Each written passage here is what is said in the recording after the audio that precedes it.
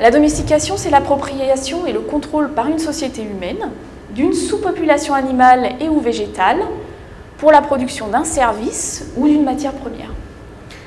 Donc en fait, cette définition peut effectivement s'appliquer à la fois pour le chien, où là on ne va pas avoir production d'une matière première mais plutôt d'un service.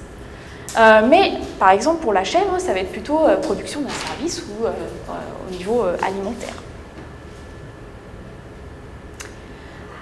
Quels sont les impacts de la domestication en fait au niveau animal?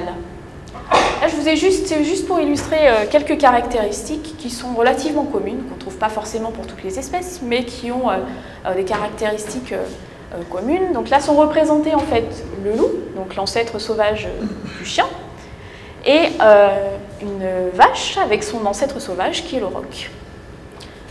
En général, on commence à voir très rapidement, dès les premières générations après la domestication, une diminution de l'agressivité. Ça, c'est quelque chose qui se fait assez rapidement. Puis une augmentation de la fertilité dans les espèces que l'on récupère, dans la population qu'on récupère. On a aussi souvent une réduction du dimorphisme sexuel, quand les espèces en présentent un, et une réduction de la taille, et là c'est assez flagrant dans le cas de l'auroch, quand on passe par exemple au bœuf, mais ça se voit aussi chez le mouton et chez la chèvre par exemple. Et puis on a une diversité de couleurs de la robe qui apparaît, parce que par exemple si vous prenez les loups, ils sont à peu près tous homogènes au niveau couleur, poils, etc. Alors que vous regardez la diversité des chiens, vous voyez qu'il y a une diversité très importante de la robe. Alors revenons à la chèvre. Alors quand est-ce qu'elle a été domestiquée? En fait, elle a été domestiquée à une période qu'on appelle le néolithique.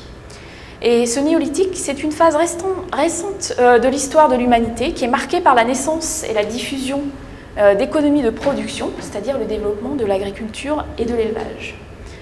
En fait, les populations humaines qui étaient chasseurs-cueilleurs se sont sédentarisées progressivement pour devenir éleveurs, se sont sédentarisées à peu près il y a 12 000 ans, et après, il a fallu encore attendre un certain nombre de centaines d'années avant qu'elles commencent à faire des domestications au niveau animal, et donc par exemple domestiquer la chèvre.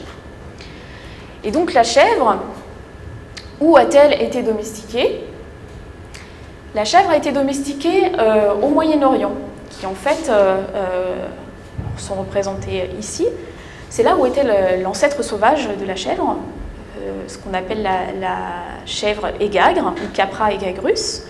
Et vous voyez sa distribution aujourd'hui, donc elle est toujours encore présente dans cet endroit-là, qui est en Turquie, et de l'Iran. Donc la chèvre a été domestiquée dans une zone très particulière du Moyen-Orient, qui est là-haut, qui a vu la domestication d'autres espèces. On a parlé donc de la chèvre, puis du mouton, puis également de la vache, du cochon. Et puis vous pouvez voir également que sur cette carte, que les phénomènes de domestication ne concernent pas une seule région, hein, puisque là on parle du Moyen-Orient et de la culture néolithique, mais en fait il y a eu des domestications de façon totalement indépendante dans d'autres endroits du monde, comme par exemple en Amérique du Sud avec la domestication du lama et de l'alpaga, ou en Asie avec la domestication également du cochon, du bœuf et des yaks. Donc les phénomènes de domestication sont étendus, concernent plein d'espèces différentes, sont étendus dans le temps, on en voit à différentes périodes, mais sont également étendus au niveau géographique. Donc c'est à chaque fois des inventions indépendantes qui ont été faites, en tous les cas dans ce qui concerne ces trois continents, en Amérique, au Moyen-Orient et en Asie. Ce sont des choses qui ont été inventées indépendamment par les populations humaines. Alors, suite à cet événement de domestication, qui a eu lieu au Moyen-Orient avec la révolution néolithique, qui a eu lieu il y a environ, donc on a dit 10 000 ans ici, la culture néolithique en fait a été diffusée en Europe et a été diffusée par deux voies différentes. Une voie au nord qu'on a appelée la voie danubienne et une voie au sud qu'on a appelée la voie méditerranéenne. En fait, cette diffusion, elle était relativement lente. C'est une diffusion de la culture, mais également des populations et également des espèces domestiques. Donc on a une diffusion qui est relativement lente puisqu'il faut environ 3000 ans pour partir de là, donc par exemple la Turquie, l'Anatolie, et pour arriver au nord de la France. Et donc vous voyez qu'il faut également plusieurs millénaires pour arriver au sud de la France, et voire même presque 4 millénaires pour arriver en Angleterre. Donc c'est un processus lent, qui est long, qui s'accompagne de diffusion des espèces domestiquées. Des 4 espèces en fait ont été diffusées par ce moyen-là. Et la chèvre et le mouton, qui n'étaient donc pas présents en Europe avant cette diffusion néolithique, font donc leur apparition avec la diffusion de ces cultures et de ces populations. Donc c'est juste pour parler du mouton au lieu de la chèvre, cette fois, et pour parler de la Corse. Vous savez donc que vous avez le mouflon corse. Et ben, par rapport à ce que je viens d'expliquer sur la diffusion en fait, de cette espèce, le mouflon corse est en fait un ancien mouton domestique qui est arrivé au néolithique et qui est redevenu sauvage.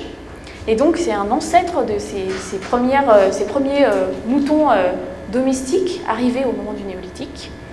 Donc le premier à avoir proposé cette hypothèse sur des données archéologiques était M. Popelin en 1979, mais ça a depuis été confirmé au niveau génétique, où on a pu mettre en évidence qu'il partageait en fait un patrimoine génétique identique à des moutons domestiques qu'on retrouve en Europe.